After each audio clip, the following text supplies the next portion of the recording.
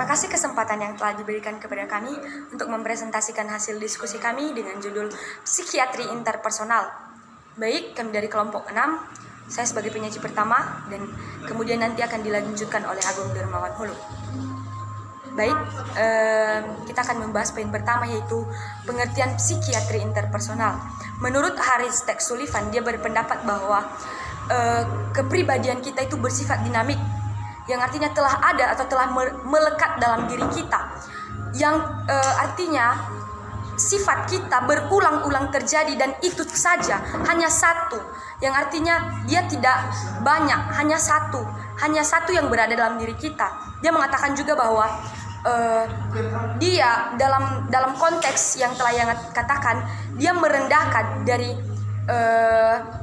pernyataan Freud tentang id, ego, dan superego. Dapat kita simpulkan bahwa Harris Tex Sullivan ini mengangkat teori ini berdasarkan kepribadian yang nyata dan ada dalam diri manusia dan setiap hari digunakan dan berulang-ulang kali. Sekian. Baik, kita akan masuk pada bagian kedua yaitu struktur kepribadian. Dibagi menjadi 4 bagian yaitu 1. Dinamisme, yang dimana dinamisme merupakan khas tingkah laku yang menetap dan berulang terjadi dan menjadi ciri khas seseorang.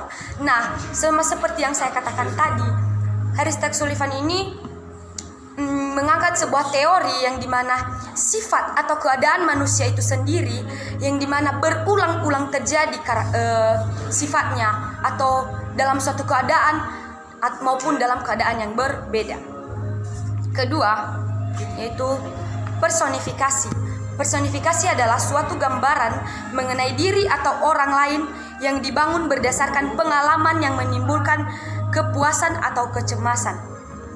Nah, dalam struktur kepribadian ini menggambarkan tentang mengenai diri orang lain yang dibangun berdasarkan pengalaman atau kepuasan atau kecemasan. Yaitu kepribadian yang kita bangun itu adalah diri orang lain, bukan diri kita sendiri, yang kita ambil berdasarkan pengalaman atau kecemasan kita sehingga kita meniru dari gaya orang lain tersebut. Ketiga, sistem self merupakan bagian dinamisme yang paling kompleks, yang dimana suatu pola tingkah laku yang konsisten mempertahankan keamanan interpersonal dengan menghindari atau mengecilkan kecemasan. Sudah sangat jelas di sini bahwa sistem self ini yang mempertahankan kita atau kepribadian kita atau keamanan kita dalam proses-proses tersebut. Keempat, proses kognitif merupakan pengalaman kognitif manusia yang dikelompokkan menjadi 3 macam, yaitu protaksi merupakan rangkaian pengalaman yang terpisah-pisah diambil pada masa bayi, di mana jiwa harus kesadaran mengalir ke dalam jiwa tanpa pergantian. Nah, jiwa kita telah, di mana dalam teori ini mengatakan bahwa jiwa kita itu telah ada sejak kita bayi dan kembali berkembang, namun hanya maksudnya di sini hanya itu saja, dia tidak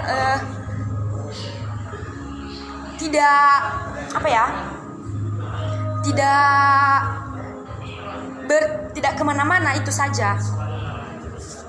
Baik, yang keempat, praktisi, yang artinya bayi mulai mengenal persamaan-persamaan dan perbedaan-perbedaan peristiwa. Yang ketiga, sintaktis, yang artinya berpikir logik dan realistik.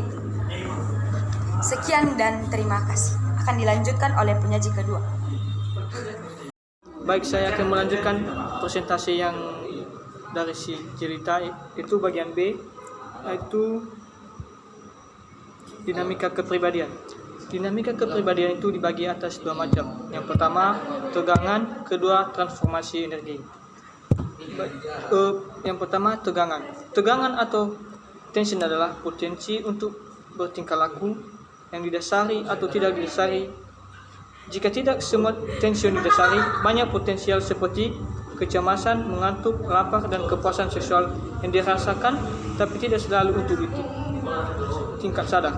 Baik, tegangan ini yaitu yang kegiatan atau tingkah laku kita yang kita tidak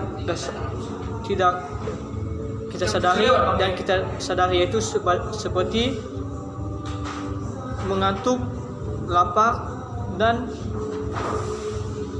kebutuhan seksual yang kita rasakan. Yang kedua yaitu, dan tegangan ini juga dibagi atas dua macam. Yang pertama, kebutuhan yaitu kebutuhan yang pertama muncul tegangan yang timbul akibat ketidakseimbangan biologis dalam individu dan ketidakkeseimbangan fisikokimianya antara individu dan lingkungan. Yaitu kebutuhan ini terjadi akibat karena mungkin seperti yang dirasakan di lingkungannya atau yang ada di dalam keluarga dan sekitarnya. Kedua, kecemasan. Kecemasan menurut Sulfian merupakan pengaruh pendidikan yang paling besar sepanjang hayat yang disalurkan mula-mula ibu kepada bayi. Yaitu kecemasan ini berasal dari ibu yang melahirkan kita, sehingga terbawa dari kita lahir sampai kita nanti meninggal sampai akhir hayat. Dua, transformasi energi. Transformasi energi itu tegangan yang ditransformasikan menjadi tingkah laku, baik tingkah laku yang terbuka maupun tertutup. Itu disebut transformasi energi. Aplikasi kepribadian itu dapat kita lihat dengan apa yang dilakukan oleh seseorang tersebut, seperti pertama itu gangguan mental, kedua psikoterapi. Gangguan mental itu gangguan yang berasal atau cacat hubungan interpersonal dan hanya dapat dipengaruhi melalui referensi lingkungan sosial orang itu. Yaitu yang dimana kita bisa melihat gangguan mental ini bisa juga berasal dari keluarga dan masyarakat yang ada di sekitar kita.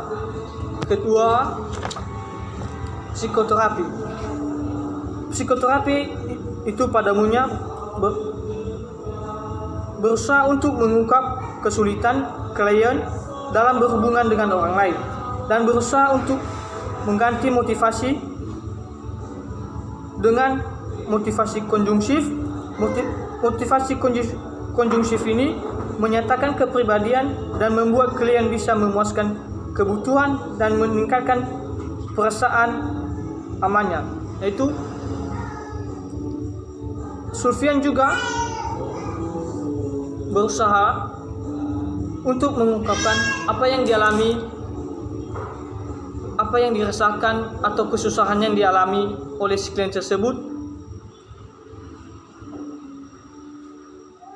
dan berusaha untuk memotivasi klien tersebut untuk menjadi lebih baik lagi. Baik, sekian dari saya. Terima kasih.